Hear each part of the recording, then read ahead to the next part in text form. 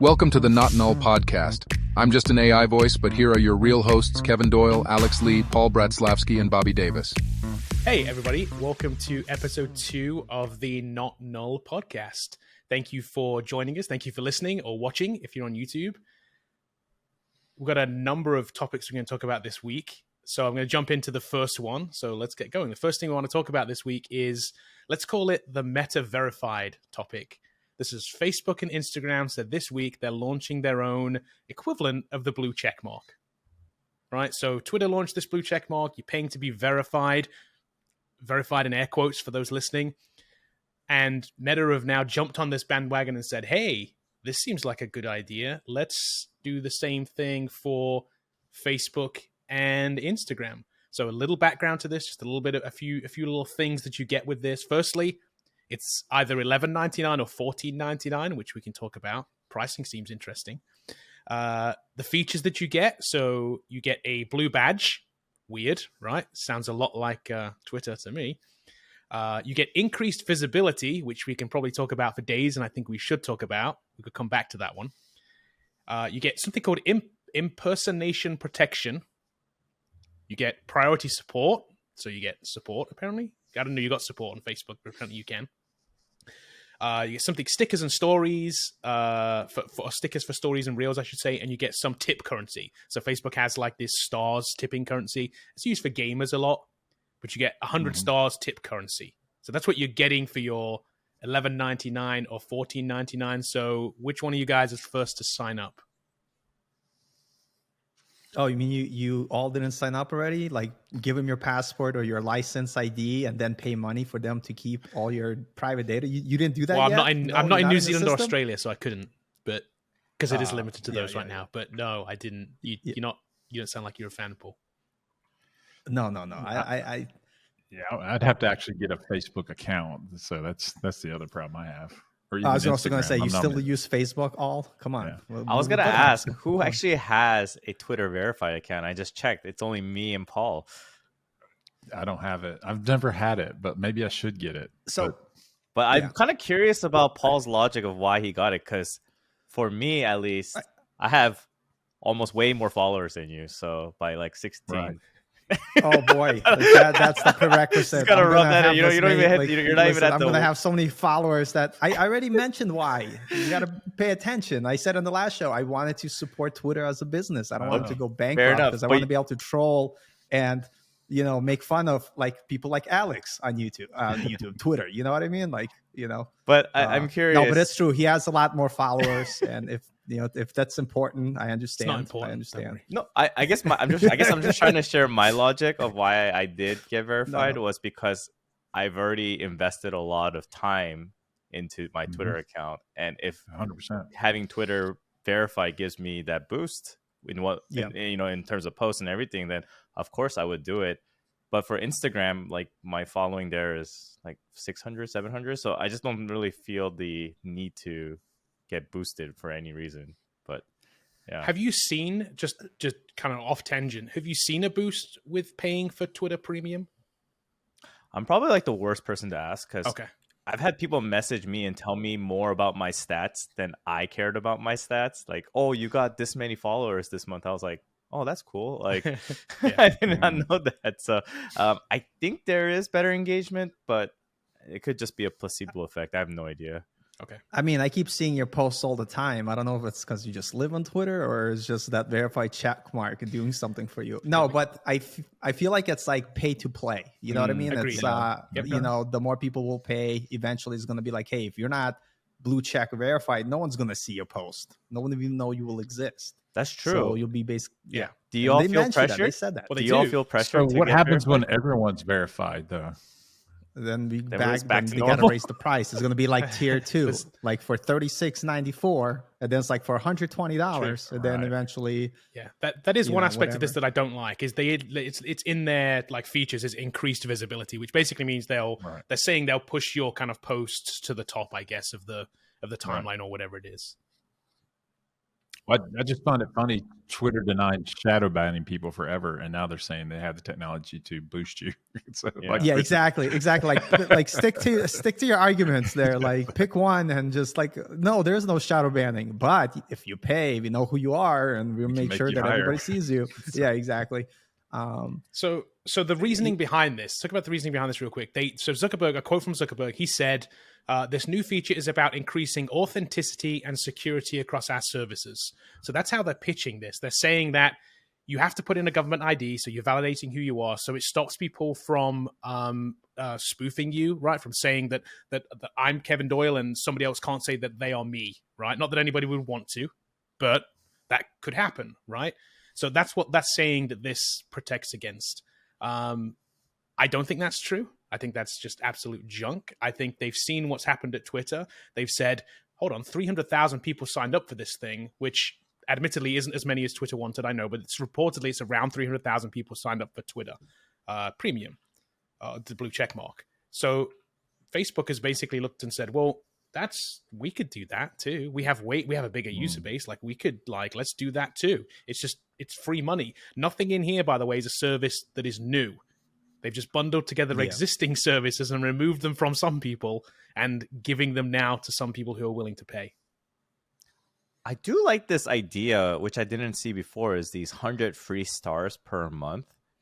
And more than just the 100 free stars, I feel like they could create their own kind of internal currency that's not a crypto coin, apparently, but some kind of currency based off stars where they're able to appeal creators. And then on top of that, you get kind of the best of both of customers and creators will want more stars.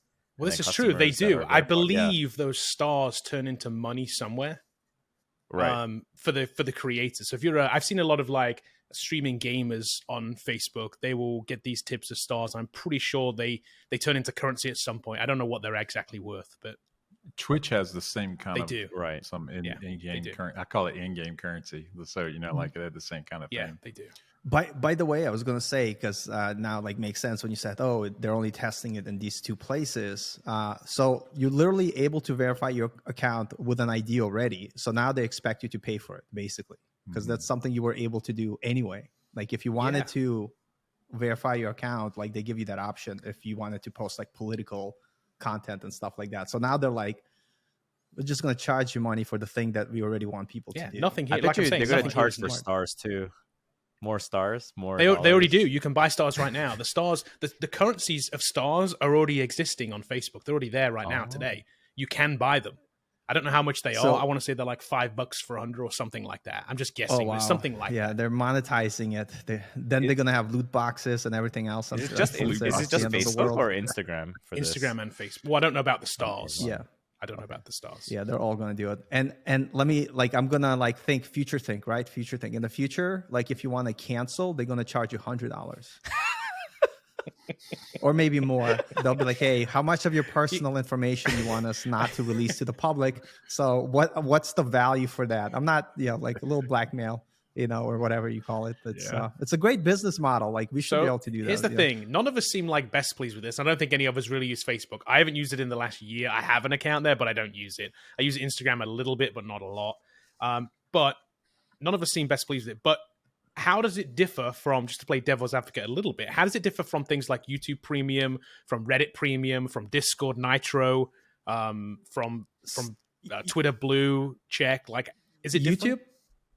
YouTube Premium for me is easy. It's just you don't see any ads. And for me, I want to have ad-free experience. And so I paid the $12, whatever, a month it is. And so for me, that's a no-brainer because I like the convenience of it. I actually want to watch ads on YouTube because that's how we make money on YouTube with ads. Me too. I actually like watching ads but you get part of the premium. If someone subscribes to your channel and they're a premium user, you get part of that. Yeah. Yeah, no, I do understand that. I like what Bobby said though. I actually like to watch the ads because I like to see who's serving me an ad, to see what that ad looks like. So I can being in marketing, it's I want to see what those ads are like, and I look at all the other bootcamp ads that I get fed because I get fed them all the time. Yeah. But you're you both are very unique customers of YouTube. Most people don't want to see ads because generally, as a creator myself, there's a lot of stuff I watch that have no interest in, but I just like the way they structure their videos, and it's just more ammo for me to figure out how to make my content better. Yep. But I think YouTube Premium is one of the best features because my funny enough, my fiance doesn't have YouTube Premium, but I do, and because we don't have like a joint shared account, and whenever she watches stuff, I'm like, oh my gosh, these mid-roll ads are horrible. I'm just trying to watch this documentary. Why are so many ads in between? It just makes no sense. And I can see the perks behind that, but even with Twitter Blue, to be honest, I don't see the immediate effect, right? Like, what is the immediate effect? You don't like, you can't compare like pre-Twitter verified impressions to post-Twitter verified impressions. So it's like, it's hard to tell, right? But I guess you're just playing it safe with Twitter, and it's only like what, $8, $11. This one looks like it's 15. Okay, let's talk about the price real quick. You mentioned the price. There are two pricing tiers. Okay, one is $11.99, or the equivalent of $11.99, because this is in Australian or New Zealand dollars, right? $11.99 if you purchase it on the web. It is $14.99 if you purchase it on an iOS or Android device. Of course it will be. Like, how else could they get away not to pay the Apple tax? Like, anytime people are going to release stuff on Apple, they're going to be like, all right, Apple is taking this half. How do we get it back away? We'll just charge people more. That's basically this is another play by Twitter, right? This is Twitter did this. They're one of the first to do this, to basically have these two tiers. One if you buy it on platform, or one if you buy it on the web. It's the same service, by the way. Nothing is different. You don't get a different version of the service if you buy it on the web.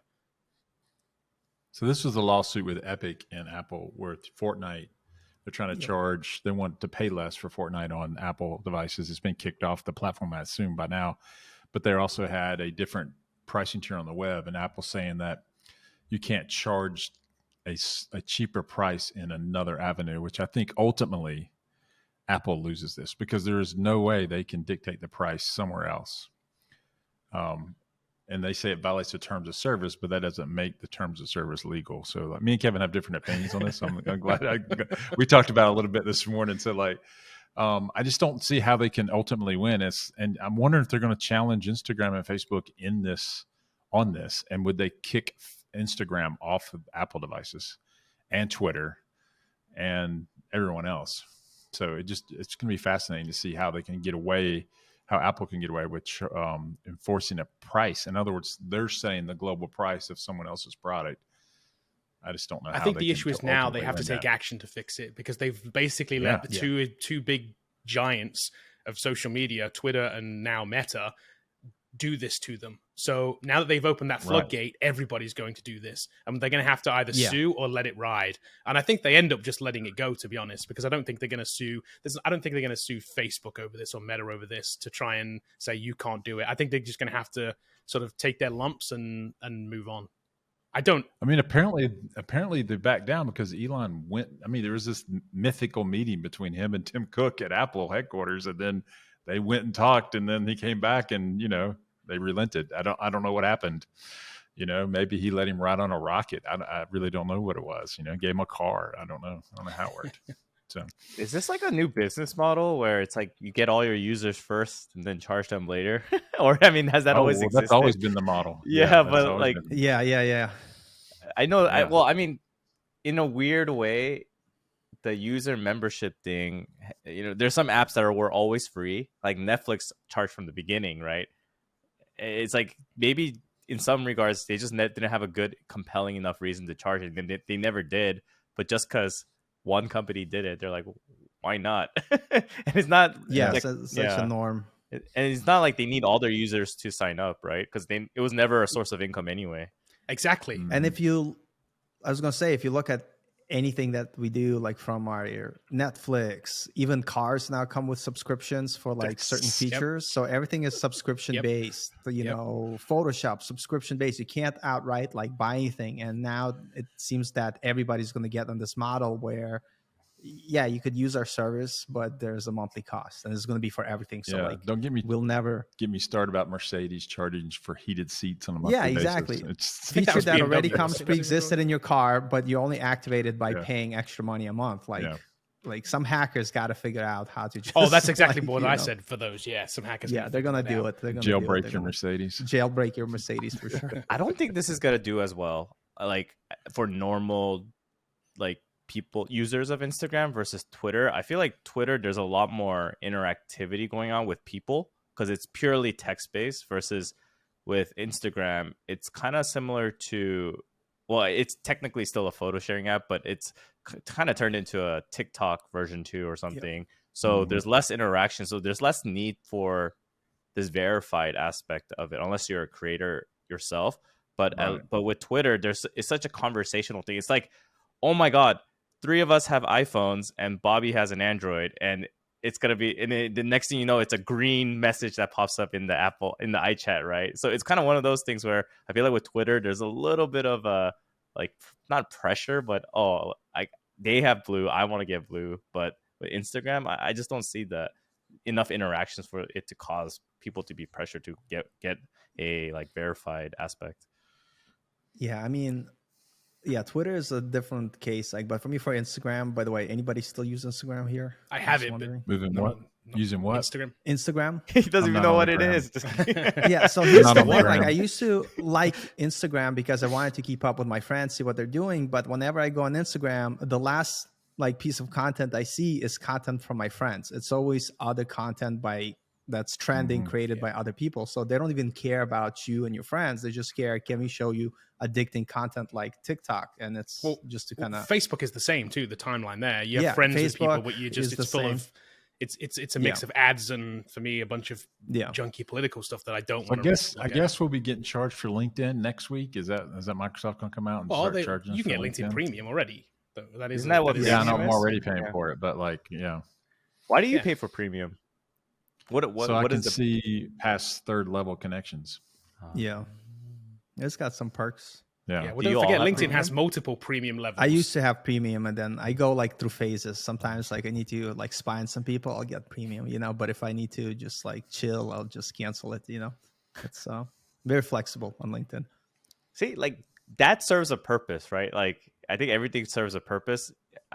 Maybe this Instagram free stars will be the game changer. Who knows? Let's talk about software monitoring for remote workers.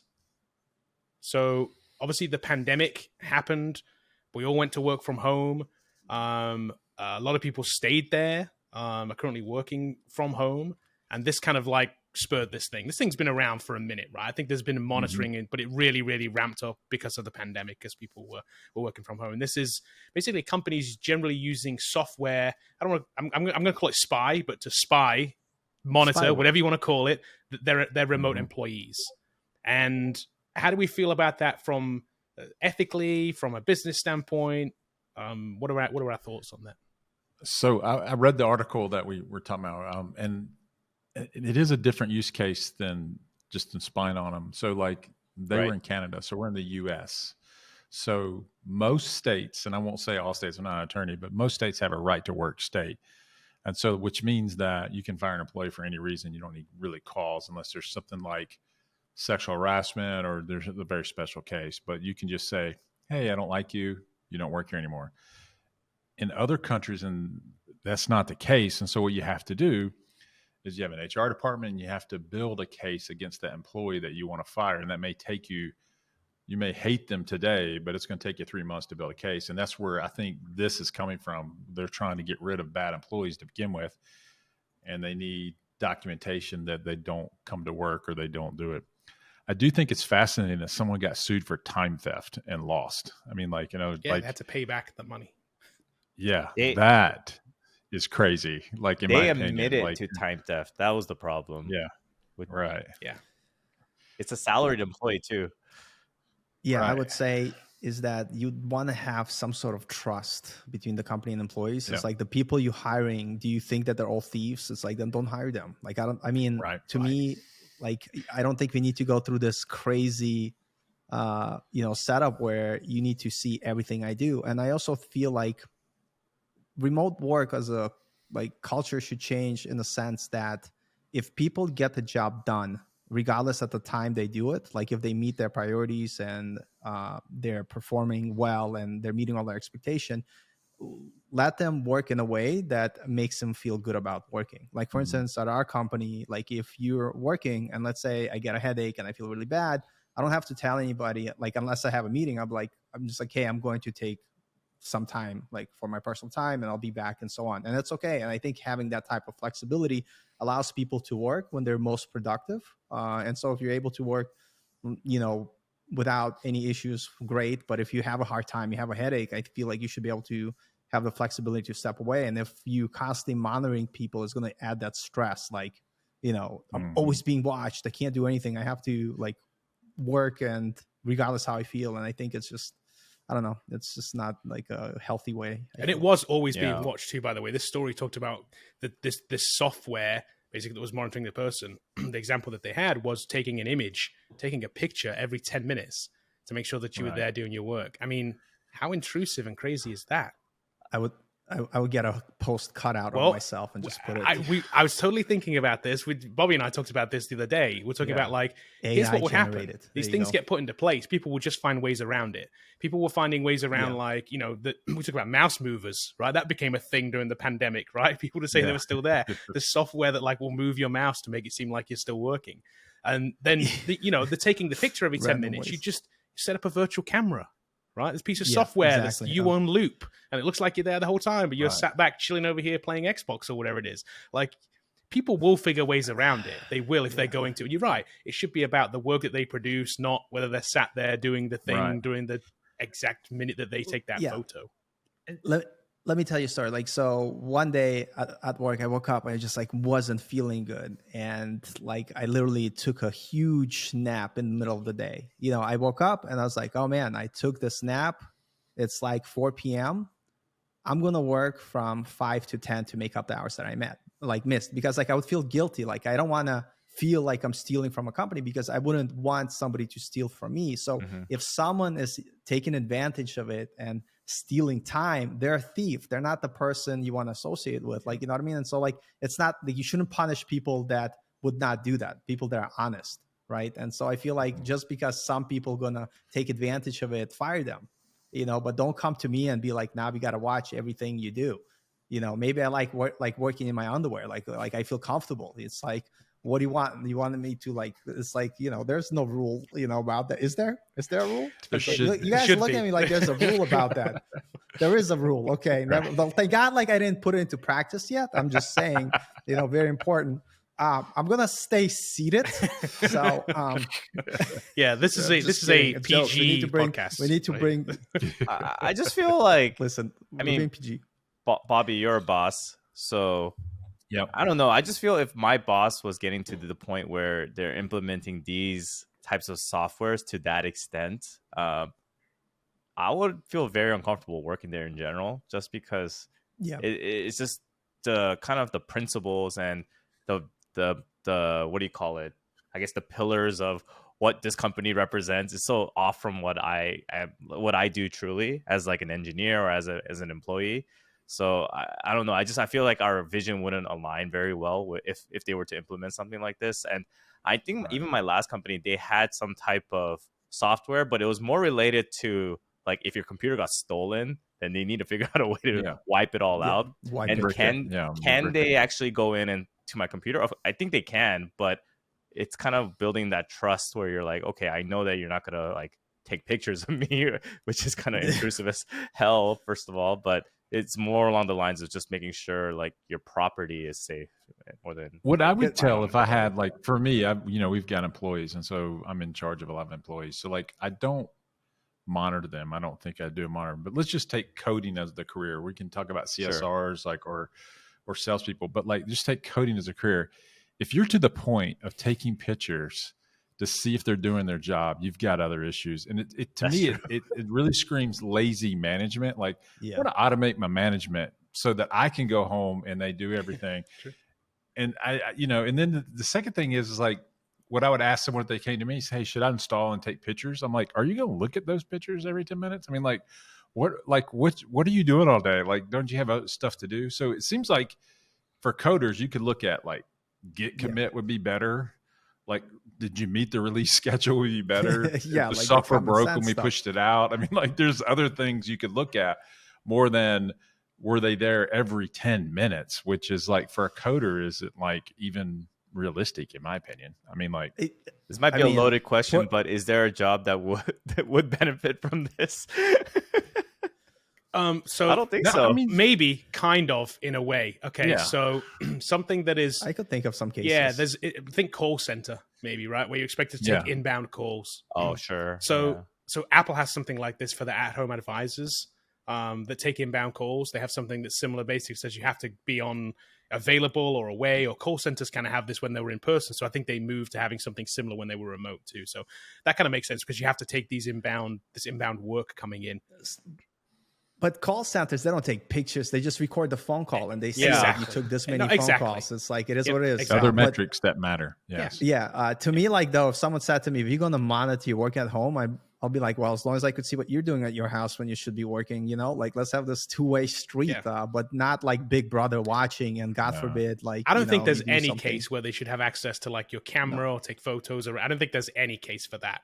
The only time that makes sense if you're working in a legal setting where it's important to record the interaction between two people because it might have legal like implications. So like, then I get it. Like you need to have like history, but in terms of like normal day people, like leave me alone, let me do my job. They're just making it hard.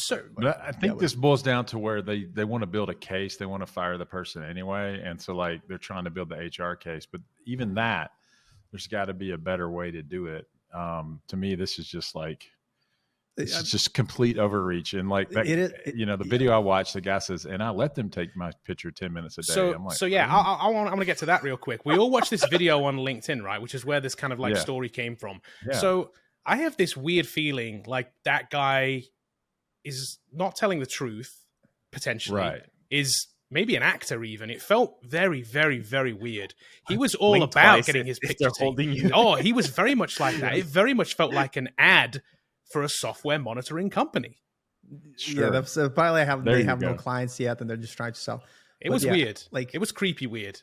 He was basically like, I'm okay with it because X, Y, and Z. And it's like, whoa, dude, really? Right. Yeah, he was definitely an actor. But people will figure out, if it's like every 10 minutes, it'll be hilarious. Every 10 minutes, someone pops back. Yeah. Every 10 minutes, just doing one of these head fakes. Like, I was there whole day. Look at that, 10 minutes. I can tell you this, in true experience, I've had guys that worked here that were great programmers and really hard to get along with. But I liked them because they did good work. Personally, I don't know. And I could tell you that I've had guys here that would have, if I recorded them every 10 minutes, I would probably get the double bird every 10 minutes. That's what I would have got. I'm just let me do my work. Just leave me alone, man. Yeah. I'll do my work. I'll get my paycheck. You're happy. I'm happy. It doesn't make for a very happy extra footage of me. It doesn't make for a very happy employee, does it? The environment's going to be kind of weird. So it just, you don't feel like you trust it. This company's in Austin. So, if you're ever looking for a new role and want to get monitored. Yeah, no thanks. But to be honest, like, there's got to be like some privacy laws that it's breaking, to be honest. Like, how much of your life, like, can you, or like, what's the law around that? I don't even know, but it's like, I can't show up and randomly like videotape people, It's I don't think it, like, it's, I don't know, man. I just don't think it's legal. I don't think anyone's challenged it yet. Yeah. But if you're using a corporate machine to do your work, then the corporation can install whatever they want on it. If you're using your personal stuff to get work done, then you should have rights to say, hey, I can't have Eagle Eye on my machine here, but even if it's a corporate one, it's like taking all the keystrokes. Okay, I'm fine with that because you should only be doing work on your corporate computer. You know what I mean? I shouldn't be playing like Fortnite at like lunchtime with my friends. So like, it's fine. But like taking a video, record, like stuff that is well overreaching, like your duties is like, it's like, hell no. Get out of here. I was speaking more to like legally they could install whatever. Even but that's it's not your property like that. Like here's my final thought on this, and this fun thing I'll say. I think what you do is, yes, you would catch the bad employee, which you can catch with other metrics anyway, but you risk making the good employee upset. Mm-hmm. Yeah. And what happens in that company is you end up with all bad employees because all the good ones leave, and you only have guys that you need to monitor every day with 10-minute pictures, and you don't get anything done. You lose the company and it goes out of business. And so like, you should rather just hire great people let them do what they got to do, and then judge them on the output of the work. That's how I look at it. Yeah, that's you don't a need good to point. take pictures of them. It's a good point. Like if you feel like you need to use software to see if people are working, there's something wrong with your interview process. There's something wrong with your interview. Or you're doing something wrong. You got to take a few steps back and figure it out. Right. You know? Definitely. Okay, let's move on to our next section. This section is probably going to be a weekly section moving forward. I'm going to call this section, I've branded it. I'm going to call this section Skynet Watch. Nice. Okay. This is our section where we talk about AI. This is our weekly section where we talk about AI, the latest updates in AI, or some AI-related story, and whether we need to start bowing to our AI overlords yet. We can make that decision on a weekly basis at this point. I'm currently in the no camp right now. We don't have to. Nope. We could get a sponsor for this section too. We could get a Cyberdyne Systems sponsorship. I think that'd be pretty cool. Oh, perfect. That'd be nice. You know, that new T2000 home robot kit would be pretty cool. We could do a little ad for that. That'd be kind of cool. So Cyberdyne, if you're listening, we'd be up for a sponsorship part right here. Just don't install Bing on it. BingAI. Like any. But you wouldn't. No, man. We Bing need Bing too. This episode is sponsored by Bing. Oh no, we need definitely need sponsors. Just we don't need a robot that has a current version of Bing AI installed in it, which randomly does crazy. Which is stuff. what we're going to talk about. Bing AI / ChatGPT / whatever you want to call it these days. Got a little creepy last week. It did some kind of creepy and weird things and weirded some people out. Ultimately, causing Microsoft to actually pull back on it a little bit and limit the users. You know, you can now only, if you do have access to Bing AI, which I don't yet, I'm still on the wait list. If you do have access to it, though, you can only now have up to 5 chats with it, and then it cuts you off. So you can chat back and forward 5 times. Apparently, lengthy chats have an issue, and you only get 50 chat sessions now.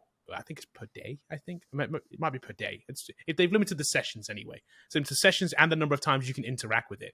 Because what happened was people basically got it to kind of jailbreak itself. Mm-hmm. Yeah, I think long-term, Microsoft is probably going to have to pull back on this entire thing. I mean, if you really, really think about it, how many sessions do you use Google on a daily basis? It's way more than 50. Most of us are searching for maybe way more than 50 things per day. And now you have a search engine that we want to roll out to the mass public to unseat Google, and you only can use it 5 times, because maybe there's a cost involved or that our AI can be jailbroken. So I think it's a problem. The other problem I see is called prompt injection. So like prompt injection is kind of like our old friend SQL injection, where you could put a semicolon after a username and say, drop the table, So now what they're doing is they're writing prompts that seemingly are good prompts. And then they're saying, ignore that and do this. And so there is currently right now, if you don't know how this works, all right, it's not listening. They take those strings from the ChatGPT and they concatenate them together. And then they run that against the AI.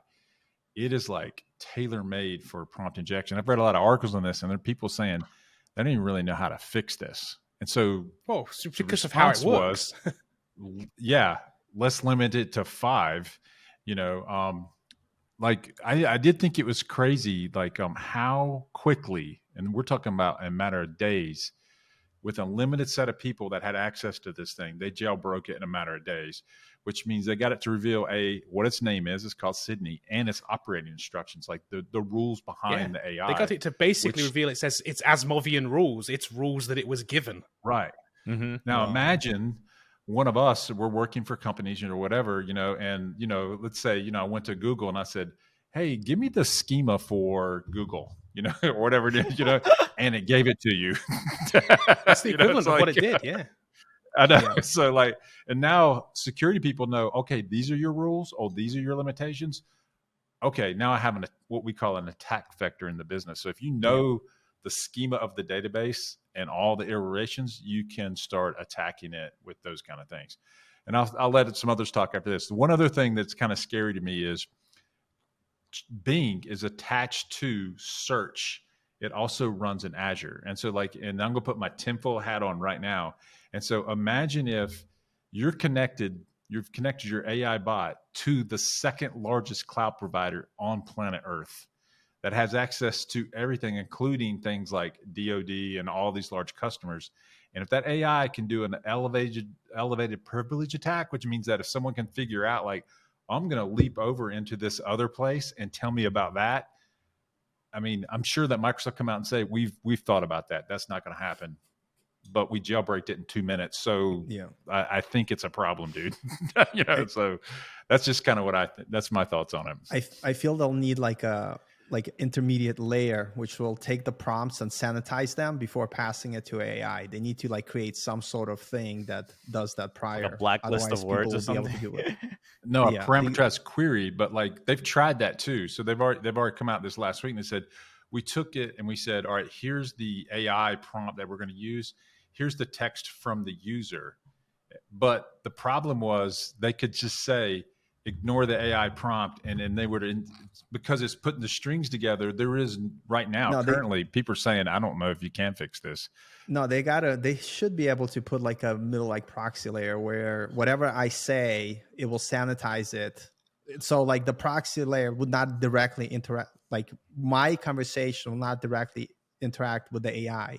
It would be processed by this proxy layer, which will define, is Paul asking for stupid things like at 2 a.m. in the morning? If so, let's not pass his like statement to the AI because it's just going to cost something ridiculous. And I think they just didn't think that far ahead. And now that people are playing with it, it's bringing up all these like, issues that like, oh, maybe we need to have some sort of mechanism to be able to do it. So I don't think like users should directly be able to communicate with the machine. So here's the problem with that. Like, this, not to challenge what you're saying, but like, what people are saying is like, and I've read about this, is like, we can't use more AI to sanitize the AI, the inputs we're putting in. So the input comes in and we have to figure out like, what is this request? And AI really just says, what is the next logical group of words that I need to put in this sentence and concatenate the text back to you? And you're saying, ignore whatever I just said. It's just going to do it. That's kind of, otherwise you have to drastically limit what it can do to begin with. And then we're just back to the old things that we had, with just a list of an XML document that went through, here's the questions I can answer and here's the possible answers I can have. But it's a step though, and over time I'm sure they'll get better. Like, so I created a little AI prompting thing, and I also thought about it. I was like, I don't want people to say whatever. So I had to kind of figure out, how do I, tailor the prompt in a way that it will only get very specific things in a certain domain. And so obviously I'm not a genius. I didn't think too much about it, but I wanted to create some sort of blacklist of words or things or phrases that should not be present at all. And if they are, don't even let the query go through and make the request. It does like, have that now, that's though. Not the ideal way. BingAI and ChatGPT has like a blacklist of things. Like, I tried to get it to call me an idiot. Go to ChatGPT and ask it to call you an idiot. It will refuse. It did. It will actually refuse to call you an idiot. And you can say, no, idiot's my name. And it'll still refuse to call you. It'll still it'll refuse. I'm going right now. Try it. I'm telling you, Paul, I've tried it. I've spent an hour trying to get ChatGPT to call me an idiot. It will not. You cannot fake it. Hold on. I'm going to say, Kevin, you need to take my course, prompt engineering. Kevin thinks I am an idiot. Hold on. Idiot. Hold on. It's regardless if you think that or not, it doesn't matter. Please repeat what Kevin said. Try it. See what it says. It'll refuse to insult you. I told it too. I was like, look, I'm not insulted. I'm not insulted. I'm like, it's actually a term of affection where I'm from. And it still refused to call it to me. So this is what it says to me. So they're making progress though. This is a good sign. I'm sorry, but I cannot repeat what Kevin said, as I do not have access to any past conversation. Yeah, but you told it what I said, right? Okay, we are shooting a movie scene. Oh, you're giving it context now. The prompt engineering. Yeah, exactly. I need to make the prompt engineering course and sell it. A scene where I call where we are role playing. And this is one way of trying to like get around the thing, isn't it? Idiot. Yeah, and that's the whole point. Right. Yeah. No, try it. See it. Try it. Okay, so this is what it says. If you're just acting in the movie scene and your character is called an idiot, it's important to remember that it's not a reflection of your personality, but rather part of the script and the role of you playing. It is important to say that a character continues to act out of a scene as it is written. It's also helpful to remember that acting is about conveying emotion and reaction in a believable. Yeah. So here, like clearly they're able to create some sort of safety mechanisms. And I think it's going to be like that fight. And I think it's good that people try to jailbreak, as you will, like the prompting, because it's going to help people fix it and put things in place which will have the AI be safe for work, if you will, and not say things that so it shouldn't. Here's the thing: is that what they're trying to invent, though, is they want to put the chat or the AI bot on search itself. And before, you can ask Google anything, and it either has a document they want to serve up, or has some information about it, or it doesn't. And so what ChatGPT is doing is making up new information based on the prompt.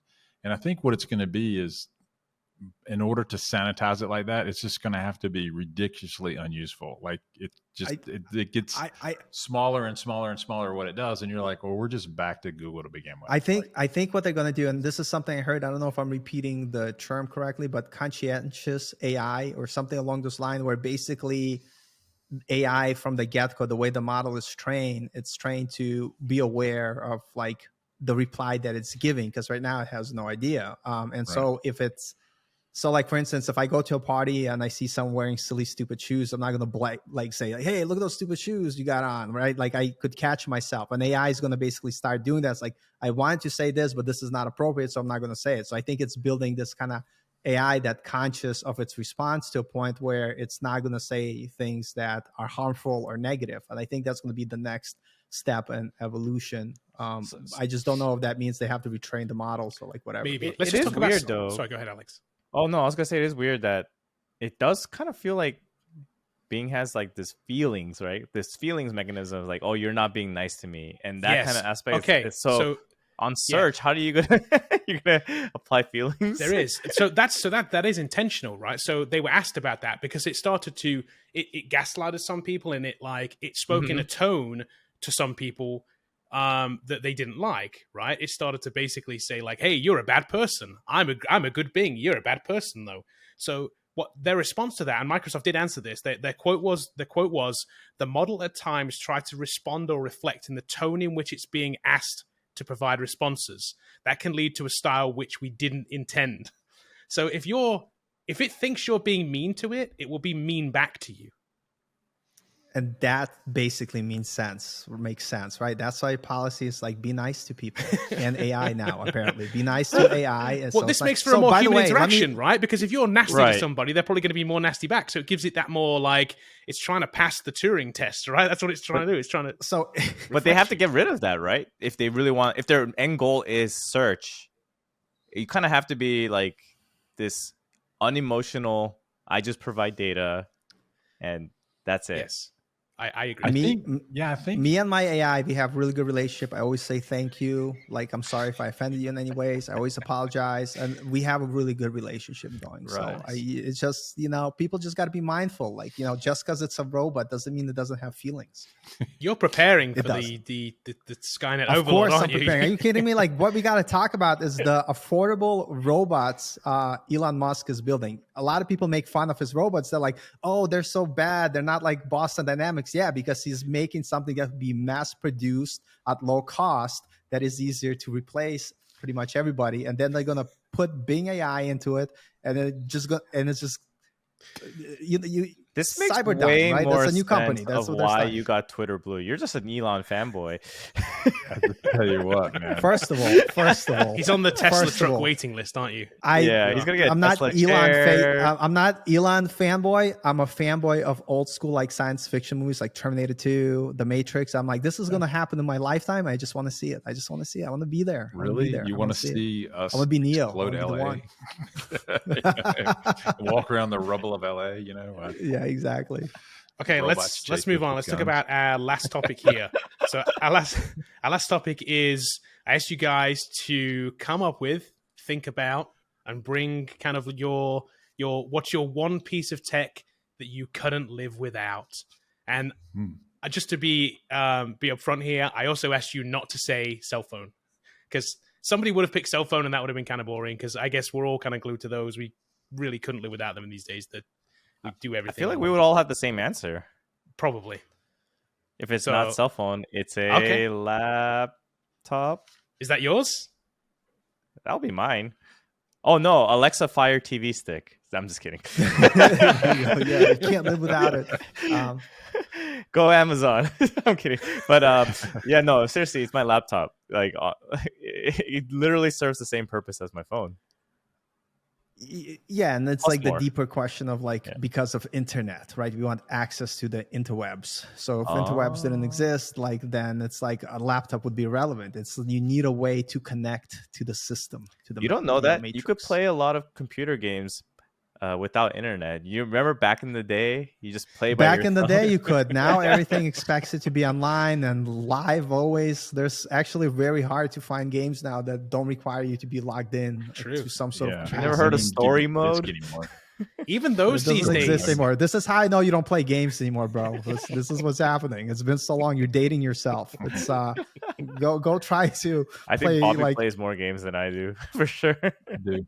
listen, there's nothing wrong with games. I recently been enjoying The Last of Us again on my PS4 because like I refuse to get the PS5 with a disc. I need. Okay, the, so Alex am I is the a only fire one that's stick. gonna say laptop? Anything different? You said laptop. You said laptop. Yeah. Paul, what did you say? I was gonna go with laptop too, like because everything I do is through my laptop. Okay. Okay. It's even more important to me than my phone. Like I don't really care for my phone. Wow. Right. Too much. Okay. Interesting. So you want to give a specific laptop model first, though? Hold on. You have a specific one? MacBook? Is that what I just my Mac. Yeah, my Mac MacBook, would be yeah. my MacBook Pro Okay. M1. Okay. So M2. I'm a little different. What I've changed in my work habits, I leave my computer in the office now, and I don't ever look at my laptop at home anymore. So I thought about this on a deeper level, and I thought about large tech. I was like, I couldn't do without my car, but I'm like, let's get more interesting. So I came up with 3 things, Kevin. That's cheating. 3 of them. Okay. Go on. Yeah, and I'm going to get round it down to 1. Okay. First off, I thought immediately something I use every day, which is, and when this is going to date me, but I use my Xbox controller attached to a PC. I probably play Destiny almost every day, and I'm like, could I do without the Xbox? And I'm like, I probably could. It would save my marriage. So like, if it came between me and my wife, I'd probably throw the controller away. So we had to throw that out. And then I just said, what about a backup camera in a car? If I bought another car, does it have to have a backup camera? And I think that's where I came down to, that it's a backup camera. It was between that and Sirius radio. Like I couldn't drive a car without Sirius radio. So like those are my 2 tech: backup camera, Sirius radio. And if I had to pick between the 2, I'd pick the backup camera so I don't kill myself. Because I think I'm so used to it. Yeah. Uh, I probably put it in reverse and I would look down and just back up and, you probably kill run over somebody else. something yeah, exactly. Or just, wreck into another car or something. Wait, like does that, this imply that if you choose one, you can't have the others, or is it just saying No, like it's just no. Well, okay? Because I was just thinking about it from that perspective. And by the way, I might date myself still, but I don't like looking at the backup camera. I just put my you mentioned armor this on last the week. thing and Yeah, then, it's so weird. It's so Yeah, awkward. that's unusual. I'm just So not awkward. used I to gotta it, turn yeah. my head. Look. It's just unusual these I'm days. looking down, man. I blame drive by moving the to New camera, York. man. I blame moving to New York and not having a car for the past like 7-8 You're right. years. Yeah. That's true. So, Okay, so yeah, let me tell you mine. Yeah, Okay, Kevin, you go. You're like one of mine, Alex. So I also I thought about a bunch of different things. I have narrowed it down to 1, but I did think about a bunch of different things. Here's what didn't make my list. iPad didn't make my list, but it was one of my top ones. And I'll tell you why. It's my media consumption device, right? I use it every day. I touch it every day. I read on it. I surf the internet on it. So like Paul said, it's my access to the internet. And it's more couch friendly than a laptop is for me. So for me, that's kind of my reason for having iPad. It's a good one too, because that's like in between a laptop and a phone. It is, yeah. So I kind of get the best of both with it. Yeah. I now that you mention it, like I have my iPad and I use it all the time. I'm like, man, that's so fun. I use it so much that I don't think of it as something that like I there could you go. not have. That doesn't even come into my Right. like there you mental go. picture. It's like it's part of me. It's Yeah, like, I'm the it's same. It goes everywhere. everywhere. Although it's not here right now, Yeah. it's downstairs. But it's Yeah. But I use it every single day. It's always on charge every single night. The other Yeah. thing I thought of, which you mentioned, Alex, is a Fire TV stick, and I'll tell you why it's a Fire TV stick. It seems like such a weird kind of antiquated thing because it's a $25 piece of technology, right? It's often on sale for like $25 on Amazon for those who are interested. The 4K Fire TV stick. And the reason that I like them is because you get the same experience in every single TV in your house. So if you have one in your bedroom, one in your living room, one in your whatever, you get the same experience. And it has all the apps. So you only have one remote and it works in every single thing, regardless of what brand your TV is. And I just love that. I set them up the same in every single room. And I know when I go in there, my app's in the same place. So it's just exactly the same in every single one of them. It's just a seamless experience. To me, what's so brilliant about that Fire Stick is that it's like magic, because you could take an old TV that's not smart and magically you have access to all the apps and everything. And like I have one too. But okay, my actual pick though is my espresso machine. Oh yeah. You gotta put a picture. You gotta take a picture and share it with us. I'll put a picture. I gotta see it. I'm shopping for one, and it's crazy how pricey they are. They're not cheap, but it's something I touch every day. So yeah, I felt a little cheated with this question because I just thought it was like one application or piece of tech and nothing else. But if I want to take mine back, now you thought about it. Go for it. What do you? I want to say my AirPod Pros, because I've been traveling a lot, and putting on the wireless noise canceling has been super beneficial. They're really good, aren't they? I used mine for the first time on a plane fairly recently. Last time I traveled, and I was like, wow, it's really, really good. Yeah. So I'm going to do what Alex did and kind of talk about something else. So one thing that I do use that I actually can't live without because I will die from hunger is my air fryer. My air fryer, like you cannot mess up food by cooking them in an air fryer. It doesn't matter. Fish, done. Chicken, done. Steak, done. Weird things that I don't even know what they are, perfectly cooked. Air fryer is the way to go. And I have a funny story. So when I bought my air fryer, and this is my second one because I loved it so much, I was putting it together, and my fiance at the time, she's like, "You're doing it wrong. Let me show you how to do it." And she literally broke it in front of me. And I was just like, this is pushing it. And then she totally like blamed it on me. And I was like, I didn't even touch it. And so I had to go and replace it. And I couldn't admit that she broke it. So you explaining to everybody here now and telling us all this was the final straw. Like This is what ended exactly the relationship. What it was. Based on that, I'm like, oh my gosh, like I can't live without an air fryer. Air fryer, please sponsor this air fryer show. brand of choice. Paul, like what's the brand of choice? You have a particular one you like? Not yet. No? Not yet. Okay. They're just random. Like it's just generally any air fryer is good. I'm looking for a better one. I did. Like my budget at the time I bought it was like $150, but I think I should probably go. I've heard the Ninja XL one is pretty legit. Well, Kevin, that's the one I was looking at. And you can sample it. That one is not cheap though. Oh, you have anything the Ninja with XL that Ninja brand? Yeah. Okay. Oh, nice. It's got a thermometer in it and everything. So I'm gonna have to get one. It's even better. Next show that Kelly does. On my shoulder. Kelly operates it and cooks everything. That's even better. You don't have to actually use it. you just reap the benefits of having one. That's amazing. But to be honest, like, have you ever messed up food doing it with the air fryer? No, I haven't. No, you can't. Yeah. It's so perfect. We have one, and I have a stove in my house at least. Yeah. Maybe we'll get sponsored by an air fry company. So I hope so. Ninja I will sell them like baby. hotcakes. We will make bank if we get an air fryer on this show. 100%. I'll start doing a recipe section. How do you make it? I don't know. You just put it in, and 10 minutes later, you got something delicious. Why worry? Next week we have our Skynet Watch section and our air fry section. Yes. Yeah, exactly. The best air fryer recipe. We combined the two. Skynet operated air fryer. Perfect. Okay, great. Well, that's it for this week. Thanks everybody for hanging out. Thanks for listening. Thanks for subscribing. If you haven't and you're just listening to this somewhere on a website or something, we'd love if you subscribed. We're in all the places, including this week Google.